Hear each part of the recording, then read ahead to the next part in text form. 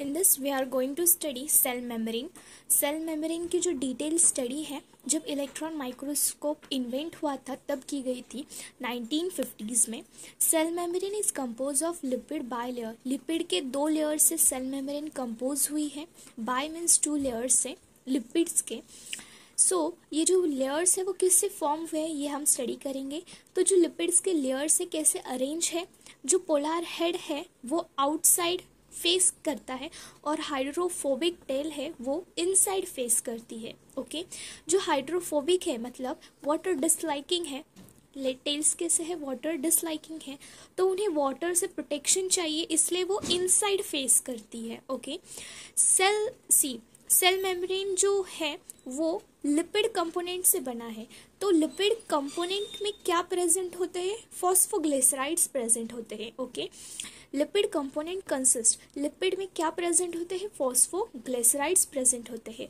जो cell membrane है selectively permeable है, उसका मतलब जो सेल मेम्ब्रेन है वो सिलेक्टिव न्यूट्रिएंट्स सब्सटेंसेस को ही अलाउ करती है अंदर आने के लिए। Okay, take in these selective substances the cell membrane is selectively permeable। अगर उसका बायोकेमिकल इन्वेस्टिगेशन किया जाए सेल मेम्ब्रेन का, तो उसमें प्रोटीन्स और carbohydrates form means we can see that protein and carbohydrates are found। okay, so the ratio of protein and lipid, जो protein और लिपिड का रेशियो है वो डिफरेंट सेल्स में चेंज होते रहता है, वेरीज में चेंज होते रहता है। अलग अलग सेल्स में जो प्रोटीन एंड लिपिड्स का रेशियो है वो चेंज होते रहता है। ओके, नाउ जो हर अलग अलग सेल्स में लिपिड और प्रोटीन्स का रेशियो चेंज होता है तो उसका एग्जाम्पल है एरिथ्रोसाइट मेम्ब्रेन। एरिथ्रोसाइट आरबीसी के जो मेम्ब्रेन है, रेड ब्लड सेल्स के जो मेम्ब्रेन है, उसमें प्रोटीन और लिपिड का रेशियो 52% प्रोटीन होता है और 40% लिपिड्स प्रेजेंट होते हैं। ओके, नाउ सी 2 टाइप्स के प्रोटीन्स प्रेजेंट होते हैं लिपिड बायलेयर में। एक इंटीग्रल प्रोटीन, इंटीग्रल से ही आप we can say that in means it is present inside the membrane, isn't it? So partially or totally buried in the membrane, मतलब ये जो इंटीग्रल प्रोटीन्स है completely या हाफली buried होते हैं मेम्ब्रेन के अंदर। Now peripheral protein, peripheral means outside the membrane. जो प्रोटीन्स हैं वो मेम्ब्रेन के सरफेस पे लाई करते हैं, means they are present on the membrane surface. So improved model जो है सेल मेम्ब्रेन का वो किसने प्रपोज किए थे? There were 2 who has propose the improved model of cell membrane, that is Singer and Nicolson. इन्होंने उस मॉडल का नाम क्या रखे? Fluid mosaic model. I will show in the diagrammatic manner what is exact the fluid mosaic model. Now you can see the circles I have drawn. These are the polar head, और जो polar head है वो outside face करते हैं, they are facing outside towards outside. Okay, ये जो thread like structures है वो टेल्स है, that is hydrophobic tales.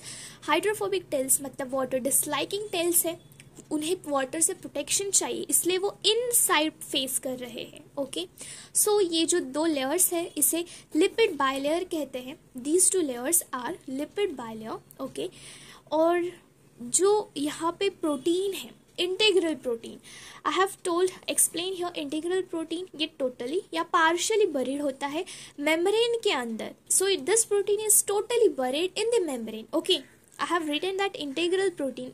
Okay, और जो पेरिफेरल प्रोटीन्स होते हैं वो मेम्ब्रेन की सरफेस पे प्रेजेंट होते हैं। So these are the peripheral proteins. Okay, this is a fluid mosaic model which is improved model, and this fluid mosaic model is proposed by Singer and Nicolson।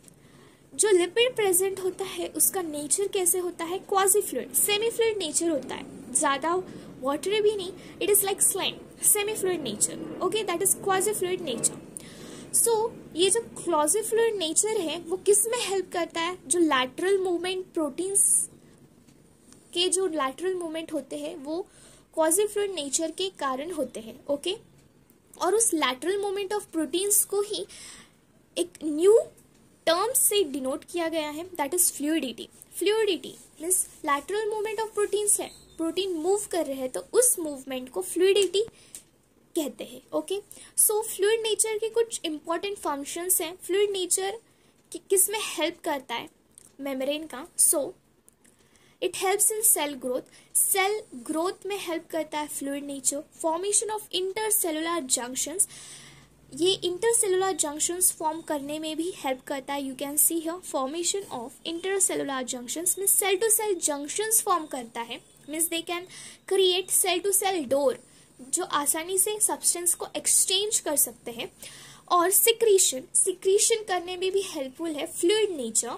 और endocytosis, endocytosis means जो अंदर cytosis movement of cytoplasm, that is endocytosis में भी helpful है fluid nature. The transport, important functions of transport of molecules. Molecules के जो transport है उसके भी इंपॉर्टेंट फंक्शंस हैं. 3 types of transport we are going to study in this, that is passive transport. अगर passive word आया तो वहाँ पे कोई भी एनर्जी की नीड नहीं होती है. That is molecules move without energy. Molecules travel करते हैं, ट्रांसपोर्ट होते हैं सेल टू सेल, एनर्जी नहीं लगती उसे. Okay, simple diffusion. What is simple diffusion? Neutral solutes, you can see here neutral solutes move along concentration gradient. ये जो concentration gradient है वो कैसे होता है? Always remember that concentration gradient is higher to lower. Okay, higher to lower direction में concentration gradient is along concentration gradient.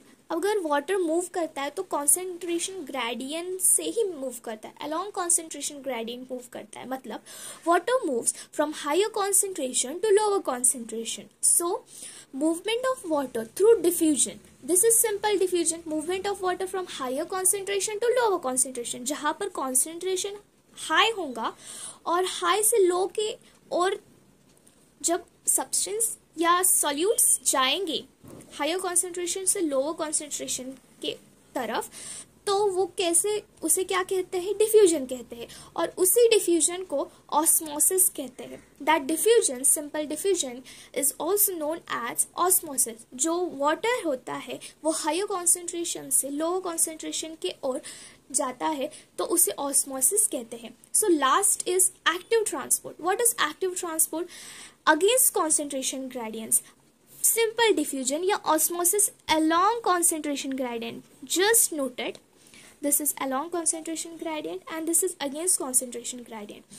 From lower to higher concentration, मतलब यहाँ पे along concentration में higher to lower concentration था, against concentration में lower concentration to higher concentration की तरफ solutes जाते हैं. सो यहाँ पे एनर्जी लगती है, वहाँ पे ऑलरेडी लोअर कॉन्सेंट्रेशन है और वो हायर कॉन्सेंट्रेशन के ओर जा रहे हैं तो energy will required. So in active transport just remember the starting initial of active is A and ATP is also A. So in this active transport ATP is required.